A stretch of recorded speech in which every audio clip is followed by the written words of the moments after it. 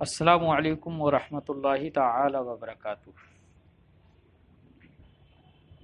جامعہ رضویہ منظر اسلام کے on line سبق میں آپ کا خیر مقدم ہے۔ آئیے کھولتے ہیں اپنی کتاب المعتقد المنتقد،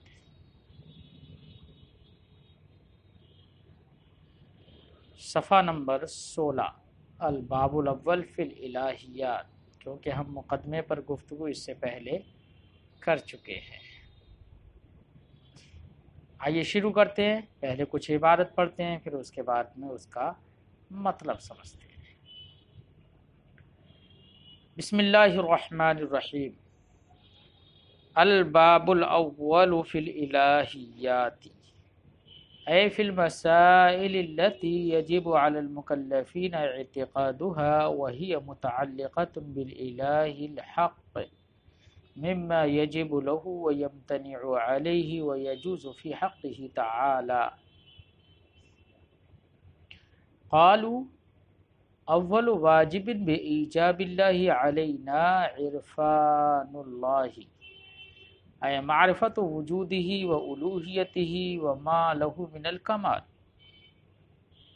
لا کنہ ذاته وصفاته لامتناعه عقلا وشرعا۔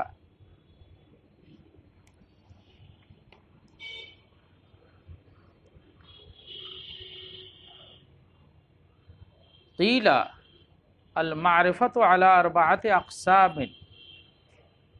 الحقیقیہ وهي معرفة الله تعالى لنفسه، والعیانیہ وهي مختصة بالآخرة عند مانع الرؤية في الدنيا لغير نبينا صلى الله عليه وسلم، وتحصل لأهل الجنة في الجنة، والکشفیہ وهي منحة إلهية لا نكلف بمثلها إجماعا،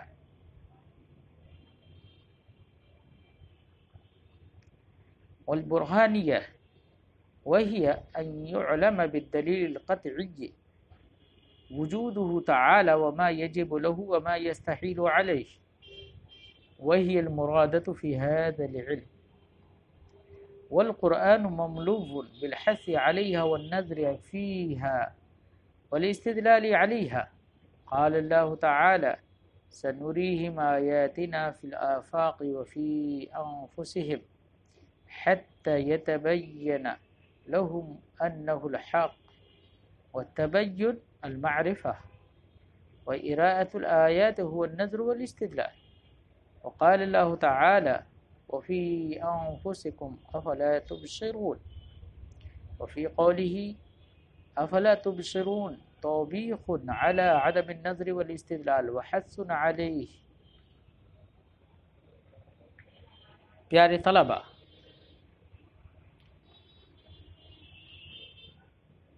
صاحب کتاب اپنی کتاب کو شروع فرماتے ہیں۔ مقدمے کے بعد باب اول انہوں نے الہیات میں رکھا ہے۔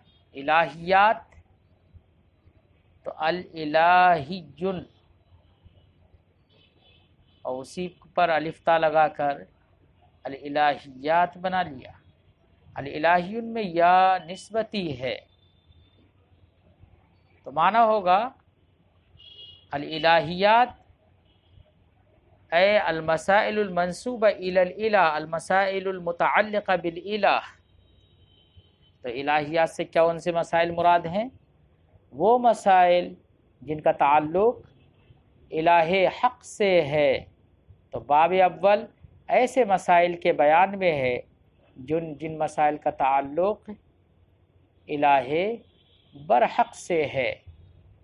اسی لیے صاحب کتاب نے فرمایا: اے فی المسائل التي يجب على المکلفین اعتقادها، یعنی باب اول ان مسائل کے بیان میں ہے جن مسائل کا اعتقاد رکھنا مکلفین پر واجب ہے۔ وَهِيَ مُتَعَلِّقَةٌ بِالْإِلَٰهِ الْحَقِّ، اور یہ مسائل جو باب اول میں مذکور ہوں گے یہ وہ مسائل ہیں جن کا تعلق الہ حق سے ہے۔ کون سے مسائل؟ تو من سے اس کا بیان ہے، مما یجب لہ، یعنی جن کا تعلق اللہ سے ہے، الہ حق سے ہے۔ تو تعلق اللہ الہ حق سے جن مسائل کا ہے تو وہ مسائل تین طرح کے ہوں گے۔ کچھ تو ہوں گے ان میں سے ما یجب لہ، جو اللہ کے لیے واجب ہیں، کچھ ایسی چیزوں کا بھی ذکر ہوگا جو اللہ کے لیے واجب۔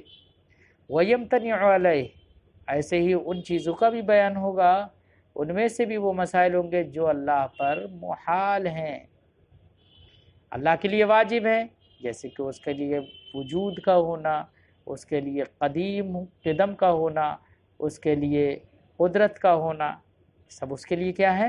واجب۔ تمام تر صفات کیا ہیں؟ صفات کمالیہ واجب۔ وَيَمْتَنِعُ عَلَيْهِ، اور جو چیزیں اس پر محال ہیں ان چیزوں کا بھی بیان ہوگا، چونکہ ان کا بھی تعلق الہ سے ہے، جیسے کہ شریک باری تعالی محال ہے، عیوب سے متصف ہونا اللہ کے لیے محال ہے، کذب اور عجز سے متصف ہونا اللہ کے لیے محال ہے۔ وَيَجُوزُ فِي حَقِّهِ، اور وہ مسائل بھی ہوں گے کہ جو اللہ کے حق میں جائز ہیں، یعنی چاہے تو وہ کرے، چاہے تو نہ کرے، جیسے کہ گنہگار کو بخش دینا، مسلمان گنہگار کو بخش دینا یہ جائز ہے، وہ چاہے تو بخشے چاہے تو نہ بخشے۔ تو ایسے مسائل کا بیان ہوگا باب اول میں جن کا تعلق الہ حق سے ہے۔ اب مصنف نے یہاں پر الہیات کی توضیح کرتے ہوئے جو یہ فرمایا کہ ان مسائل کے بیان میں ہے جن کا تعلق الہ حق سے ہے، جن کا اعتقاد رکھنا مکلفین پر واجب ہے، تو الہ حق سے ان کا تعلق دکھایا، اور پھر وہ کتنے طرح کے مسائل ہوں گے۔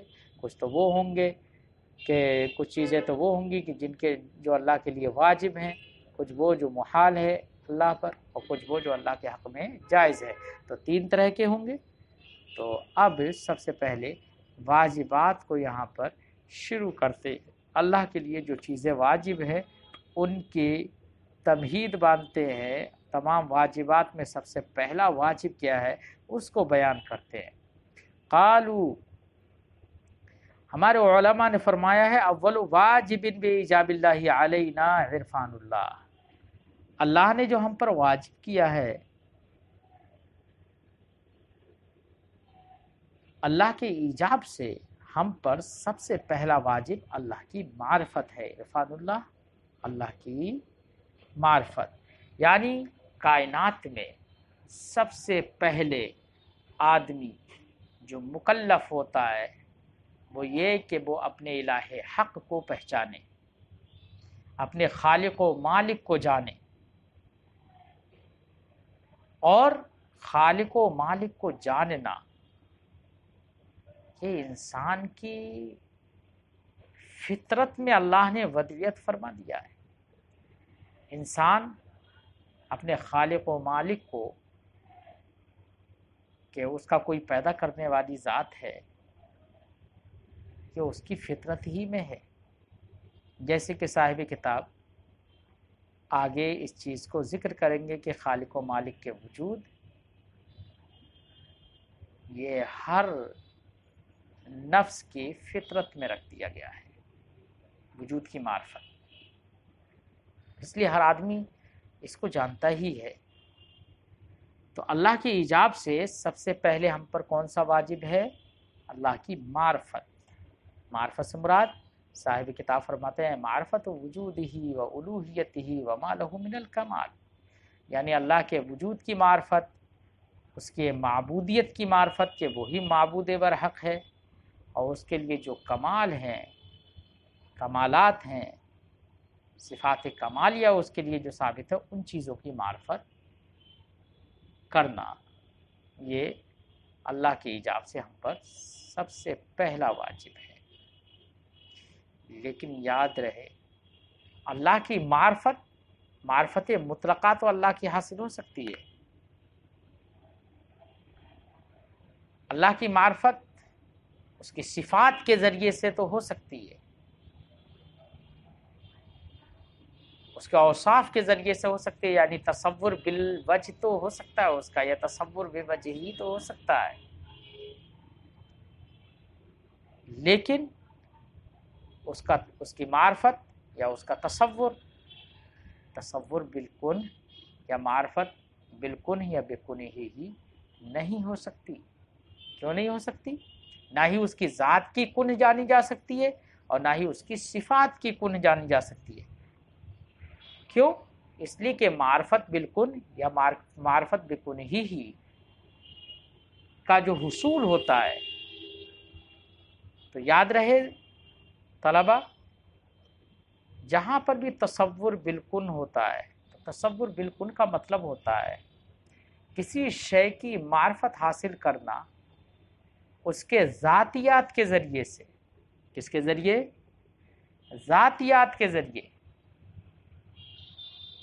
اور ذاتیات جس سے اس شے کی حقیقت بنتی ہے، جیسے انسان، اس کی حقیقت ہے حیوان ناطق، تو حیوان اور ناطق دونوں میں سے ہر ایک کیا ہے؟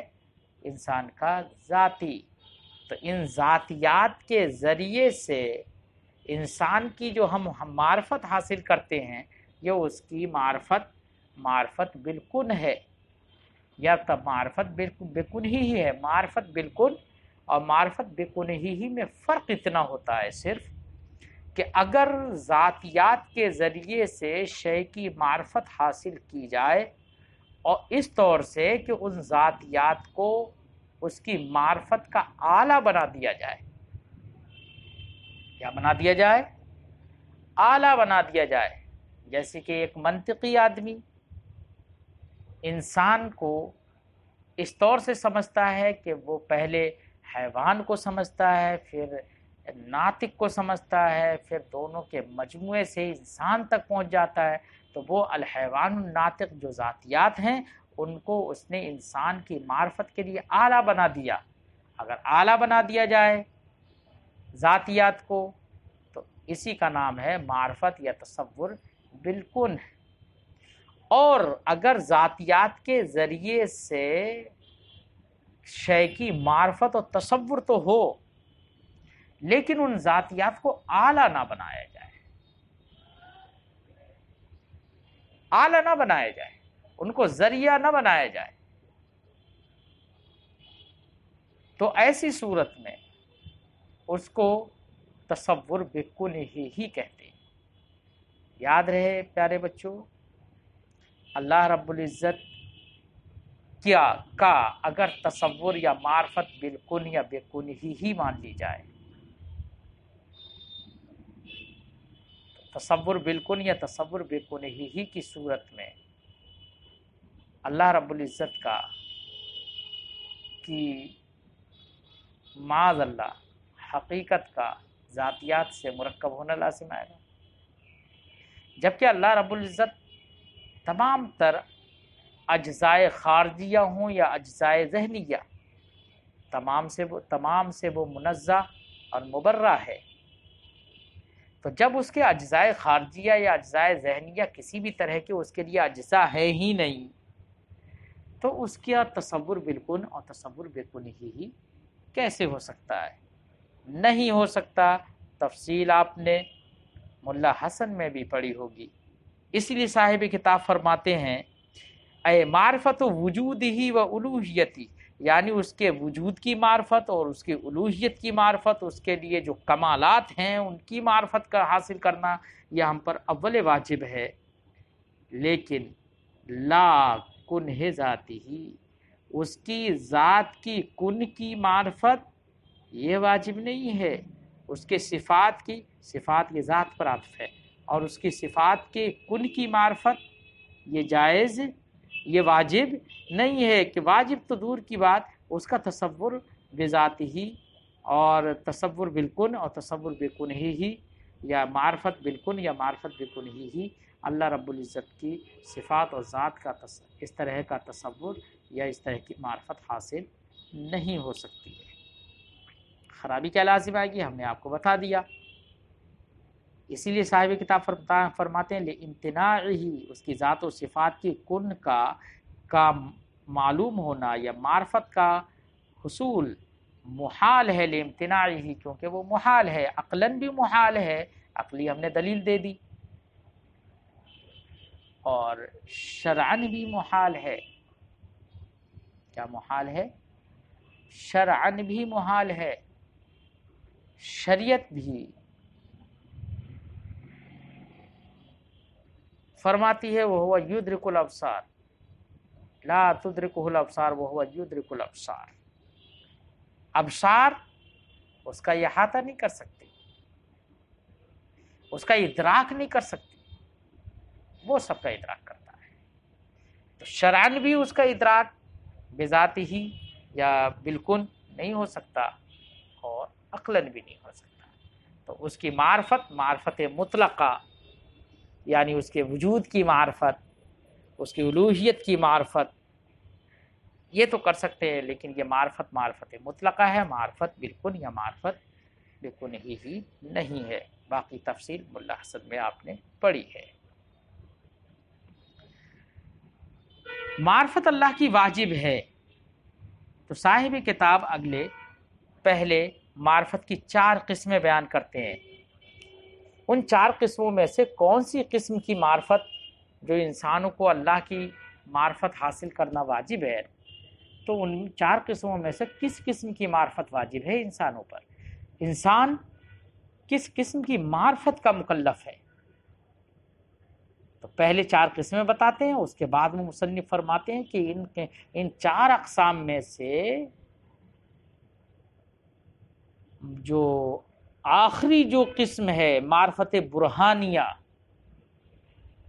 صرف اسی معرفت کے بندے مکلف ہیں، اس کے علاوہ کسی دوسری معرفت کے بندے مکلف نہیں ہیں۔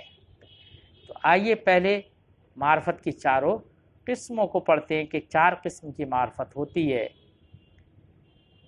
صاحب کتاب فرماتے ہیں قیل المعرفت علی 4 اقسام، کہا گیا ہے معرفت کی 4 قسمیں ہیں۔ الحقیقیہ، ایک معرفت حقیقیہ، اللہ کی حقیقی معرفت، اللہ کی حقیقی معرفت تو وہ اسی کو حاصل ہو سکتی ہے جو اس کی حقیقت کو جانتا بھی ہے، اور اللہ کی حقیقت اور اس کی کن اور اس کی حقیقت کو جاننا یہ انسان کی بس کی بات ہے۔ اس لیے اللہ کی معرفت حقیقیہ یہ انسان کو حاصل نہیں ہو سکتی ہے۔ اس لیے صاحب کتاب فرماتے ہیں وَهِيَ معرفت اللہ تعالی لنفسہ، یہ معرفت حقیقیہ تو خود اللہ ہی اپنے آپ کو جانتا ہے، اسی کی جو معرفت اپنی ذات کی، جو اللہ ہی رب العزت جو اپنی ذات کو جانتا ہے، اسی کی جو معرفت ہے حقیقتاً وہی معرفت حقیقیہ، کوئی انسان اس کو نہیں جان سکتا۔ وہی معرفت اللہ تعالی لنفسہ، یہ معرفت حقیقیہ وہ اللہ کا خود اپنے آپ کو جاننا، یہ معرفت حقیقیہ ہے۔ والعیانیہ، اور دوسری قسم کیا ہے معرفت کی؟ معرفت عیانیہ، عیان یہ عین سے بنا ہے، آپ نے لفظ سے سمجھ لیا ہوگا کہ نگاہوں سے دیکھ کر کسی چیز کی معرفت کرنا، یہ معرفت عیانیہ ہے۔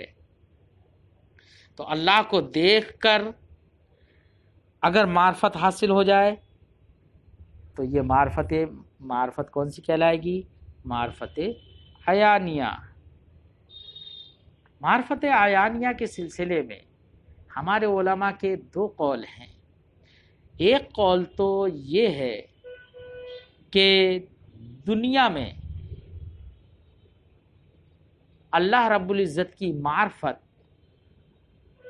معرفت عیانیہ کا حصول ہو سکتا ہے، ممکن ہے، ہمارے نبی صلی اللہ علیہ وسلم کے لیے واقع بھی ہے۔ تو کچھ لوگوں نے تو یہ کہا دنیا میں بھی اللہ رب العزت کی معرفت ممکن ہے، جیسے کہ آپ نے شرح عقائد میں تفصیل سے رویت کی گفتگو پڑھی ہے۔ اور کچھ لوگوں نے یہ بھی کہا ہے کہ دنیا میں اللہ کی معرفت ممکن نہیں ہے۔ تو دنیا میں اللہ کی معرفت ممکن نہیں ہے تو جن لوگوں کے نزدیک دنیا اور آخرت میں، تو آخرت میں تو بالاتفاق اللہ کی معرفت عیانیہ تمام مومنین کو جنت میں حاصل ہوگی۔ تو آخرت میں تو اتفاق ہے، لیکن دنیا میں اختلاف ہے۔ کچھ نے رویت الہی کا انکار کیا ہے دنیا میں، اور کچھ نے رویت الہی کا اس بات کیا ہے دنیا میں کہ امکان ہے، ممکن ہے۔ تو دو طرح کے قول ہیں، دو طرح کے علماء کے دو قول ہیں۔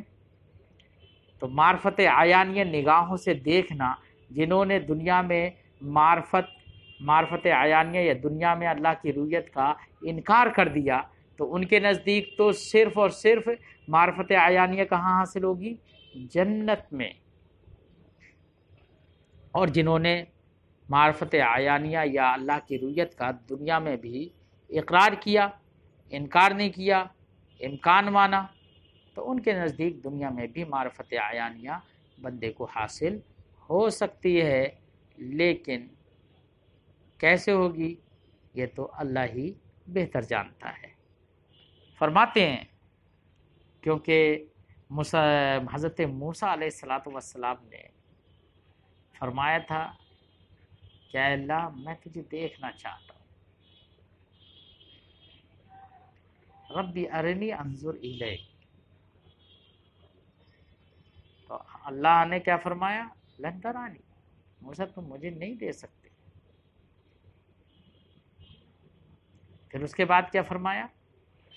اس کے بعد فرمایا اگر تم دیکھنا ہی چاہتے ہو تو اس پہاڑ کی طرف دیکھو، ان استقر مکانا، اگر وہ پہاڑ اپنی جگہ ٹھہرا رہے، فسوف ترانی، تو تم مجھے عنقریب دیکھ لو گے۔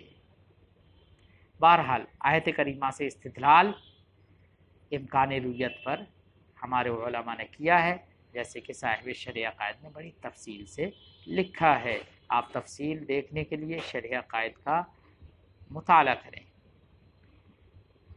تو معرفت عیانیہ بندوں کے لیے آخرت میں تو ہوگی ہی، دنیا میں جمہور محققین کے نزدیک دنیا میں بھی ممکن ہے، لیکن جنہوں نے انکار کیا دنیا میں رویت کا، ان کے نزدیک دنیا میں نہیں ہو سکتی ہے، صرف آخرت میں۔ وہی مصنف فرماتے ہیں والعیانیہ وہی مختصۃ بالآخرہ عند مانع الرؤیۃ فی الدنیا، یہ معرفت عیانیہ یہ آخرت کے ساتھ مختص ہے ان لوگوں کے نزدیک جو دنیا میں ہمارے نبی صلی اللہ علیہ وسلم کے علاوہ کے لیے رویت کا انکار کرتے ہیں۔ وَتَحْصُلُ لِأَهْلِ الْجَنَّةِ فِي الْجَنَّةِ، یہ معرفت عیانیہ اہل جنت کو جنت میں حاصل ہوگی۔ اور تیسری قسم ہے الکشفیہ۔ کیا ہے؟ کشفیہ، معرفت کشفیہ ہے۔ معرفت کشفیہ، اس میں تو بندے کو کوئی دخل نہیں ہے۔ اللہ رب العزت اپنی فضل و کرم سے کسی کے اوپر اشراق نوری ڈال دے تو اس کے ذریعے سے وہ اپنی معرفت حاصل کرا دے، بندے کو معرفت اپنی معرفت کرا دے، تو یہ اللہ کا فضل ہے، ورنہ بندے کے کسب میں نہیں ہے۔ اسی لیے بندہ اس کا مکلف بھی نہیں ہے۔ اس لیے مصنف فرماتے ہیں والکشفیہ، اور ایک قسم ہے معرفت کشفیہ، وہی منحۃ الہیہ، یہ تو محض اللہ کا عطیہ ہے، منحت الہیہ ہے، عطیہ الہیہ ہے۔ لا نکلف بمثلھا اجماعا، بالاجماع ہم اس جیسی معرفت کے مکلف نہیں ہیں۔ والبرہانیہ، اور چوتھی قسم کون سی ہے؟ معرفت برہانیہ۔ برہان کا معنی کیا ہوتا ہے؟ دلیل، تو معنی ہوگا المعرفت بالدلیل، دلیل کے ذریعے سے معرفت حاصل کرنا، یہ تو معنی ہوگا۔ یا البرہانیہ میں بھی یا نسبت کے لیے مان لیا جائے تو معنی ہوگا المعرفت المتعلقہ، المعرفت المنسوبہ الی البرہان، یہ تو معنی ہوگا نا۔ اسی کو صاحب کتاب فرماتے ہیں وہی معرفت برہانیہ یہ ہے ان یعلم بالدلیل القطعی، کہ اللہ رب العزت کو جانا جائے، ان یعلم بالدلیل القطعی وجودہ تعالی، اللہ کے وجود کو دلیل قطعی سے جانا جائے، دلیل قطعی سے اللہ کے وجود کو جان لیا جائے۔ اب دلیل قطعی شرعی بھی ہو سکتی ہے اور دلیل قطعی عقلی بھی ہو سکتی ہے۔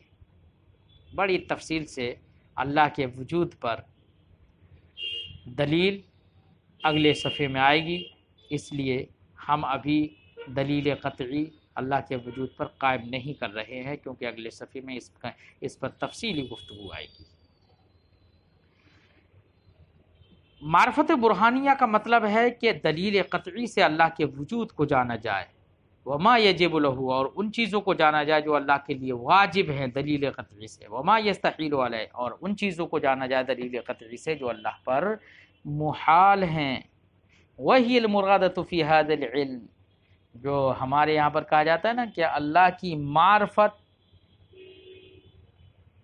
اول واجب ہے، تو اس علم میں یعنی علم کلام میں جو یہ کہا جاتا ہے کہ بندوں پر اللہ کی معرفت واجب ہے، اس معرفت سے مراد یہی معرفت ہوتی ہے، یعنی معرفت برہانیہ، اسی کا بندہ مکلف ہوتا ہے۔ وہی المرادۃ فی ھذا العلم، یہی معرفت برہانیہ ہی اس علم میں مراد ہوتی ہے۔ والقرآن مملوء بالحث علیہا، معرفت برہانیہ پر ابھارنے کے ذریعے سے قرآن بھرا ہوا ہے، قرآن کی جگہ جگہ آیتوں میں معرفت برہانیہ پر ابھارا گیا ہے۔ والنظر فیہا، اور معرفت برہانیہ کے سلسلے میں غور و خوض اور نظر و فکر کرنے سے بھرا ہوا ہے قرآن پاک، کہ قرآن پاک میں دعوت دی گئی ہے کہ افلا تبصرون، کیا تم دیکھتے نہیں ہو؟ سیروا فی الارض فانظروا کیف کان عاقبۃ المکذبین، زمین میں گھوم کر دیکھو، پھر گھومو اور پھر دیکھو، غور و خوض کرو، تو اس میں نظر و فکر کرنے کی بھی دعوت جو دی گئی ہے اس سے بھی قرآن بھرا ہوا ہے۔ والاستدلال علیہا، ایسے ہی اس معرفت پر، اس قسم کی معرفت پر استدلال کرنے سے بھی قرآن بھرا ہوا ہے۔ قال اللہ تعالیٰ، ایک مثال پیش کر رہے ہیں صاحب کتاب کی، دیکھیے قرآن پاک میں اس قسم کی معرفت پر کیسے ابھارا گیا ہے، کیسے نظر و فکر کی دعوت دی گئی ہے، کیسے استدلال کرایا گیا ہے۔ فرماتے ہیں قال اللہ تعالیٰ، اللہ نے ارشاد فرمایا سنریہم آیاتنا، ہم عن قریب انہیں اپنی نشانیاں دکھائیں گے، فی الآفاق، ہر چہار جانب میں، وفی انفسہم، اور خود ان کی ذاتوں میں دکھائیں گے، حتی یتبین لہم انہ الحق، یہاں تک کہ ان کے لیے ظاہر ہو جائے گا، واضح ہو جائے گا کہ الہ حق وہی ہے۔ تو اس آیت کریمہ میں التبین ہے، حتی یتبین لہم، سب کچھ دکھائیں گے ہم انہیں، آیات دکھائیں گے، نشانیاں دکھائیں گے ان کی ذاتوں میں، ان کے ارد و گرد میں۔ تو کیا ہوگا دکھانے سے؟ حتی یتبین، یہاں تک کہ ان کے لیے روشن ہو جائے گا کہ وہی الہ حق ہے، تو الہ حق ہونے کی معرفت انہیں حاصل ہو گئی۔ تو یہاں پر والتبین والمعرفہ، تبین وہ معرفت ہی ہے۔ تو دیکھیے وَإِرَاءَةُ الْآيَاتِ هُوَ النَّظْرُ وَالِاسْتِدْلَالُ، اور آیات کو دکھانا وہی تو نظر و استدلال ہے، آیات دکھانا یہی تو نظر ہے۔ معلومات دنیا میں پھیلی ہوئی آیات و نشانیوں کو دیکھ کر یہ اس بات کا یقین ہوتا ہے کہ ان کا خالق کوئی نہ کوئی ذات ہے۔ تو خالق کے کائنات کے وجود تک پہنچ گیا وہ، یہی، اور امور معلومہ سے امور مجہولہ تک پہنچنا یہی تو نظر ہے۔ والاستدلال، یہی امور معلومہ سے امور مجہولہ تک پہنچنا، یہی کام کیا ہے؟ استدلال، اسی کو ہی تو کہتے ہیں۔ تو یہی نظر و استدلال ہے۔ تو آیات کا دکھانا یہی نظر و استدلال ہے۔ ایسے اللہ نے فرمایا وَفِي أَنفُسِكُمْ أَفَلَا تُبْصِرُونَ، تم اپنی ذاتوں میں کیوں نہیں غور و خوض کرتے؟ وفی قولہ افلا تبصرون، یہ تو فرمائے نا افلا تبصرون، کیوں نہیں دیکھتے ہو، کیوں غور و خوض نہیں کرتے ہو؟ یہ توبیخ ہے۔ تو فرماتے ہیں وفی قولہ، اللہ کے فرمان افلا تبصرون توبیخ علی عدم النظر والاستدلال، یہ توبیخ ہے، زجر و توبیخ کرنا ہے نظر و استدلال نہ کرنے پر۔ یعنی یہ کہا جا رہا ہے کہ نظر و استدلال کریے، غور و خوض کریے، اگر نہیں کر رہے ہو تو اس پر توبیخ فرمائی جا رہی ہے کہ تم اپنی ذاتوں میں نہیں دیکھتے ہو۔ وہ حسن علیہ، اور نظر و استدلال کرنے پر ابھارنا ہے۔ تو پیارے بچوں، آج کے سبق میں ہم نے کیا پڑھا؟ ایک بات تو یہ پڑھی کہ سب سے پہلا واجب مکلفین پر اللہ کے ایجاب سے وہ معرفت الہی ہے، اور معرفت، پھر دوسری بات یہ پڑھی کہ معرفت کی 4 قسمیں ہیں، اور تیسری بات یہ پڑھی کہ معرفت جو مکلفین پر واجب ہے، مکلفین ہم انسان جن کے مکلف ہے جس معرفت کے، اس معرفت سے مراد معرفت برہانیہ ہے، جیسے کہ قرآن پاک اس پر شاہد ہے۔ آج کی گفتگو ہم یہیں پر ختم کرتے ہیں، پھر اگلے سبق ملتے ہیں۔ السلام علیکم ورحمۃ اللہ تعالی وبرکاتہ۔